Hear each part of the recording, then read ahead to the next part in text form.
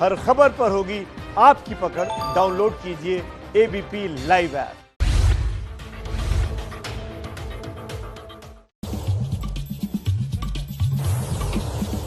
एक बार फिर आपका स्वागत है एबीपी न्यूज की इस बड़े कवरेज में। एबीपी न्यूज का exit poll #ABP exit poll पे आप जाके रिएक्शन भी दे सकते हैं। और आपको बता दें कि एग्जिट पोल ये कह रहा है कि वोटिंग परसेंटेज में एनडीए आगे है, लेकिन सीट में अगर आप उसको तब्दील कर रहे हैं तो वहां पे आरजेडी गठबंधन, महागठबंधन आगे निकल जा रहा है। और सबसे बड़ी पार्टी के तौर पर आरजेडी उभर कर सामने आ रही है। बीजेपी नंबर 2 पे है और जेडीयू नंबर 3 पर है। और जेडीयू और कांग्रेस नंबर 4 पे है। अब इस बुलेटिन में जैसा कि मैंने आपको कहा था, सब ये जानना चाहते हैं कि पहला चरण में जब मतदान हुआ तब किसको कितनी सीटें गई होंगी, दूसरे चरण का मतदान हुआ तब किसको कितनी सीटें गई। तो फेज वाइज क्या हिसाब किताब रहा लोगों का, पार्टियों का, और कैसे हर फेज के बाद पार्टियों ने अपनी स्ट्रेटेजी को चेंज किया। क्योंकि हर पार्टी सर्वे कराती है, बताए ना बताए, लेकिन उसी के आधार पर रणनीति भी बनाती है। तो फेज वाइज बात करेंगे इस बुलेटिन में हम इस 1 घंटे के दौरान। सबसे पहले आपको फेज 1 की बात करूंगा, उसके पहले मेहमानों का परिचय करा दें। नए पैनल मेरे साथ मौजूद हैं। राजीव रंजन जी जेडीयू के प्रवक्ता हमारे साथ है, स्वागत है आपका। मृत्युंजय तिवारी आरजेडी के प्रवक्ता, स्वागत है आपका। आनंद माधव जी कांग्रेस के प्रवक्ता, स्वागत है आपका। और प्रेम रंजन पटेल जी भारतीय जनता पार्टी के प्रवक्ता, आपका भी स्वागत है। इस चर्चा को मैं आगे बढ़ाऊंगा, लेकिन उसके पहले फेज वाइज के आंकड़े आपको दिखा देते हैं। और उन आंकड़ों को जानने के लिए एक बार फिर आपको शोभना के पास लिए चलते हैं। शोभना,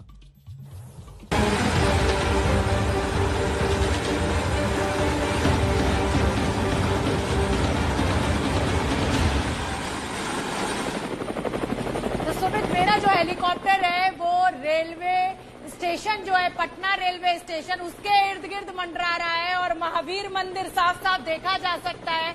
और ऐसा लग रहा है कि भगवान महावीर जी का जो आशीर्वाद है वो आरजेडी को मिल रहा है। मैं फेज वाइज यानी 28 अक्टूबर, 3 नवंबर और आज 3 चरणों में जो मतदान हुआ है उसका आंकड़ा अपने दर्शकों को दिखाऊंगी, लेकिन उससे पहले दर्शकों को एक बार में पूरा आंकड़ा जो टोटल 243 सीटों का आंकड़ा है वो फटाफट दिखा देती हूँ रेलवे स्टेशन के इर्द गिर्द, क्योंकि मेरा हेलीकॉप्टर घूम रहा है। तो ये लीजिए आंकड़ा खुल गया। 104 से 128 सीटों पर एनडीए गठबंधन, लालू यादव की पार्टी आरजेडी और कांग्रेस 108 से 131 सीटों पे। चिराग पासवान जो एक बड़े नेता बनने का दावा बिहार की धरती से कर रहे थे, वो बहुत अच्छा उनका प्रदर्शन नहीं दिख रहा है। एग्जिट पोल के आंकड़ों में 1 से 3 सीटें, अन्य के खाते में 4 से 8 सीटें जा रही हैं। यानी ये जो अंतर है वोट परसेंटेज में ये 1 से 1.5% का है, लेकिन सीटों में अगर हम देखें तो आप देख सकते हैं कि 104 से 128 नीतीश कुमार के खाते में और तेजस्वी के खाते में 108 से 131 सीटें। अब हम आपको 28 अक्टूबर को पहले चरण का मतदान हुआ था।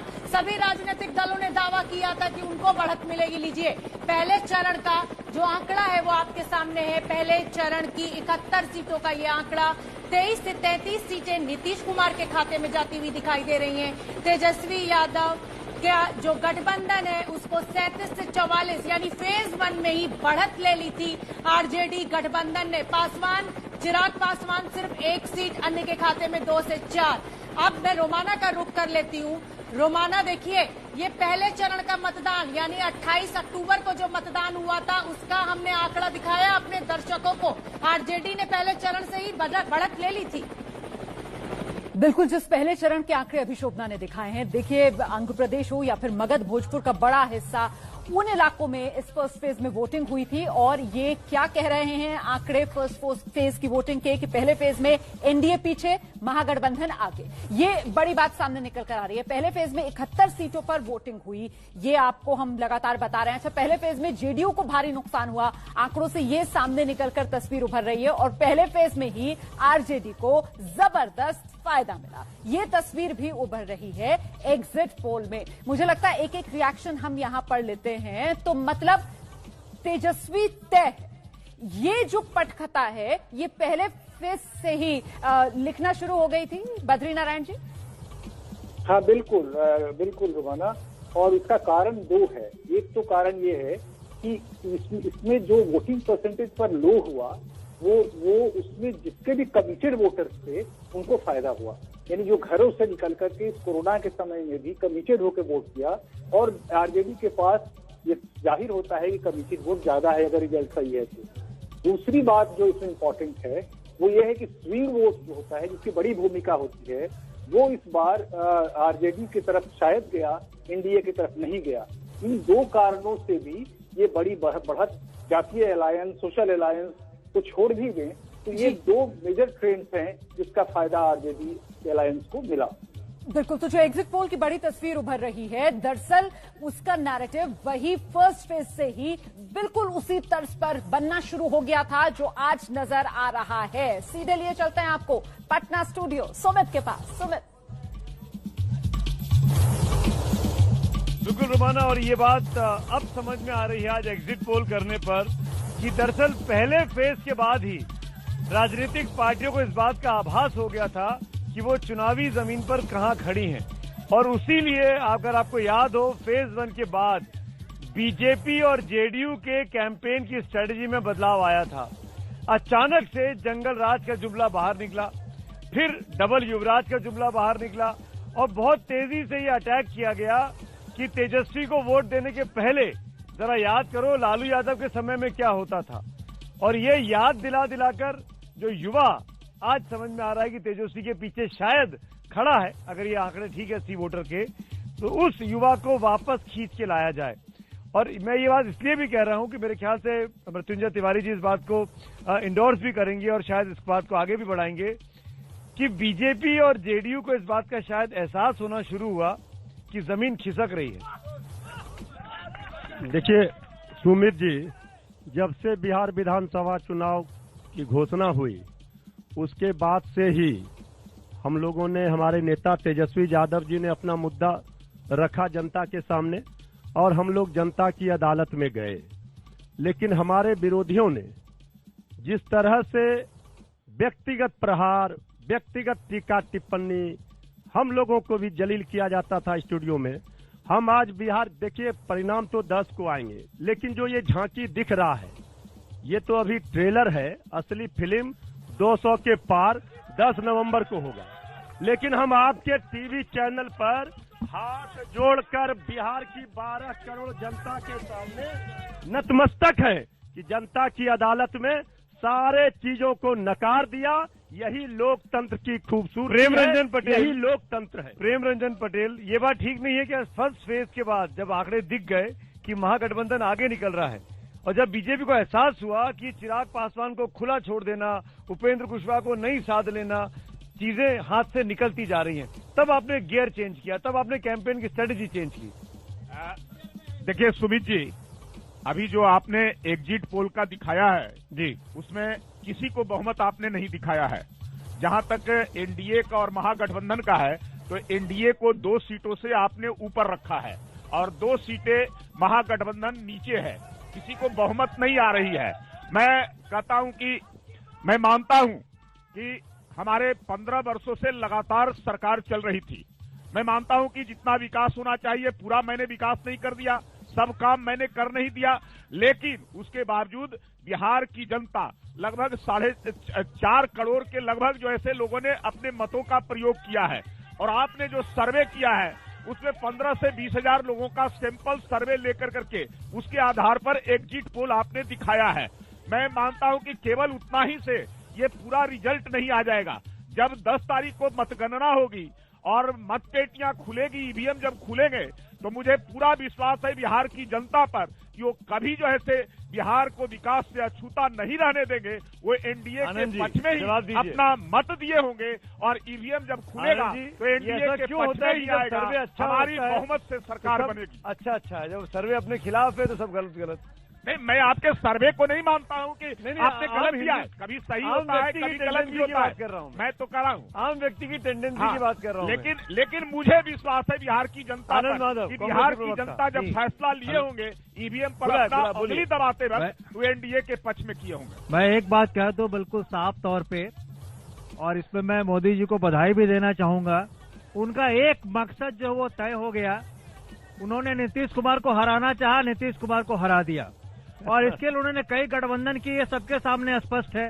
लोजपा के साथ गठबंधन किया, ओवैसी के साथ गठबंधन किया, ये सब करके तय किया। उनका एक ही मकसद था।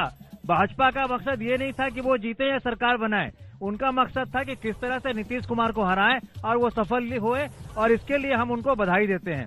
रही बात, ये भी सच है कि जनता ने मन बना लिया था परिवर्तन का, और परिवर्तन की बयार बही है, और अभी जो आप अपने आंकड़े दिखा रहे हैं स्वागत योग्य है। लेकिन मैं आपको ये भी बता दूं, 10 को इससे भी बेहतर परिणाम आपके सामने नजर आएंगे। ये बात ठीक है कि राजीव जी, राजीव रंजन आप बहुत नजदीकी है नीतीश कुमार के, आप बहुत करीबी आदमी है। मैं ये आपसे पूछना चाहता हूँ, क्या वाकई में जेडीयू को कभी ऐसा लगा कि बीजेपी हमारे साथ भीतरघात कर रही है, विश्वासघात कर रही है, हमारे साथ नहीं खड़ी है, हमारे नेता को हराना चाहती है? देखिए, सबसे पहले तो ये एक स्वाभाविक और नैसर्गिक गठबंधन है, और इस गठबंधन ने अनेक विधानसभा और लोकसभा चुनाव साथ जीते हैं। अगर एक छोटे से कालखंड को छोड़ दें तो शायद एनडीए के सर्वाधिक विश्वसनीय सहयोगी के तौर पर जनता दल यूनाइटेड और भारतीय जनता पार्टी एक साथ काम करते रहे हैं। और आज भी, मैं अभी आपके यहाँ आने के पहले एक चैनल पर बैठा था, उनके निष्कर्ष अलग अलग समूहों के रुझान और उनकी प्राथमिकता के आधार पर जो आए, उसमें सवर्ण मतदाताओं ने एनडीए को प्रेफर किया। अनुसूचित जाति जनजाति के मतदाता एनडीए के साथ बड़ी संख्या में थे। बड़ी संख्या में अति पिछड़ी जातियों के मतदाता नीतीश कुमार जी के साथ थे। ओबीसी के जो मतदाता हैं, उन्होंने नीतीश कुमार जी के नेतृत्व में आस्था व्यक्त की। अब एमवाई 2 सेगमेंट है, जिसमें एक बड़ी बढ़त, अभी मैं एकदम साइकोलॉजिस्ट की तरह आपको मैं कह रहा हूं। जी जी जी, बिल्कुल। तो इन 2 समूहों में इन्हें बढ़त है। अब इसके निष्कर्ष को अगर हम सही तरीके से इसमें एनालिटिक्स का इस्तेमाल नहीं करते और विश्लेषण नहीं करते हैं, तो इस नजदीकी मुकाबले को जिस तरह से दिखाया जा रहा है, मेरा ये मानना है कि लगभग 70 सीटों पर काफी कड़े टक्कर के आसार हैं। और वैसी स्थिति में जो मूक और मौन मतदाता हैं, जो एनडीए के साथ बराबर रहे हैं, उनकी भूमिका बेहद महत्वपूर्ण होगी। और मैं जानता हूं कि मैं एक राजनीतिक कार्यकर्ता हूं। सुमित जी, 30 सेकंड में खत्म कर रहा हूं। मतदान केंद्रों पर जो मुखर मतदाता होते हैं, एग्जिट पोल के ज्यादातर सैंपल्स उनके ही होते हैं। मौन मतदाता मतदान करता और चला जाता है, और उनकी भूमिका इस जनादेश में बेहद महत्वपूर्ण होगी। और इसी आधार पर राजीव जी, हमारा दावा है नीतीश कुमार जी के नेतृत्व में एनडीए की सरकार बनेगी। मैं किसी दावे को खारिज नहीं कर रहा हूं, सब 10 तारीख को साफ हो जाएगा। लेकिन मुझे एक बात बताइए, आपको पहले फेज के बाद आभास हो गया था गड़बड़ चल रही है? पहले फेज के बाद, मैं 28 अक्टूबर की बात कर रहा हूं। मुझे ऐसा लगता है, अगर कोई व्यक्ति आत्मघाती दस्ते में शामिल हो जी, और अपनी कुर्बानी देने के लिए तैयार है, तो उसके जज्बात की कद्र की जानी चाहिए। चिराग पासवान की बात कर रहे हैं, राजनीति में उनका अध्याय समाप्त हो। चिराग पासवान की बात कर रहे हैं, और चिराग उनकी पासवान की भूमिका को भी पार्टी जनता ने पहचान ली की पार्टी के प्रवक्ता वाजपेयी जी हमारे साथ डब्बा हैं। बंद है। AK वाजपेयी जी मेरे साथ है। AK वाजपेयी जी, मैं आऊंगा आपके पास, लेकिन एक बार फिर आपका स्वागत है इस बड़ी बहस में, इस बड़ी कवरेज में। #ABP एग्जिट पोल के जरिए आप अपनी राय हमको भेज रहे हैं। आपको बता दें, पहले सेगमेंट में हमने फेज 1 की बात की, और फेज 1 को देखकर ये लगा कि 71 में से 37 से 44 सीटें आरजेडी के पास जा रही हैं, यूपी के पास जा रही हैं, और इसीलिए पूरे की पूरे चुनाव को बदलने की कोशिश फेज 2 के पहले की गई। नरेंद्र मोदी की रैलियां कई सारी हुई, उन्होंने बड़े एग्रेसिव रूप लिया, उन्होंने जंगल राज की बात याद दिलाई। बीजेपी के लोगों ने रह रहकर लालू यादव की राज की बात कर कर आरजेडी पर हमला किया।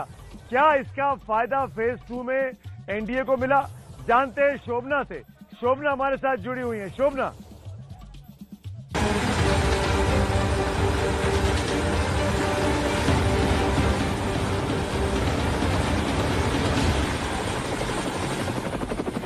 बिल्कुल सुमित, मेरा जो हेलीकॉप्टर है वो railway station, Patna railway station के चारों तरफ चक्कर लगा रहा है। बजरंगबली का मंदिर भी मुझे दिखाई दे रहा है।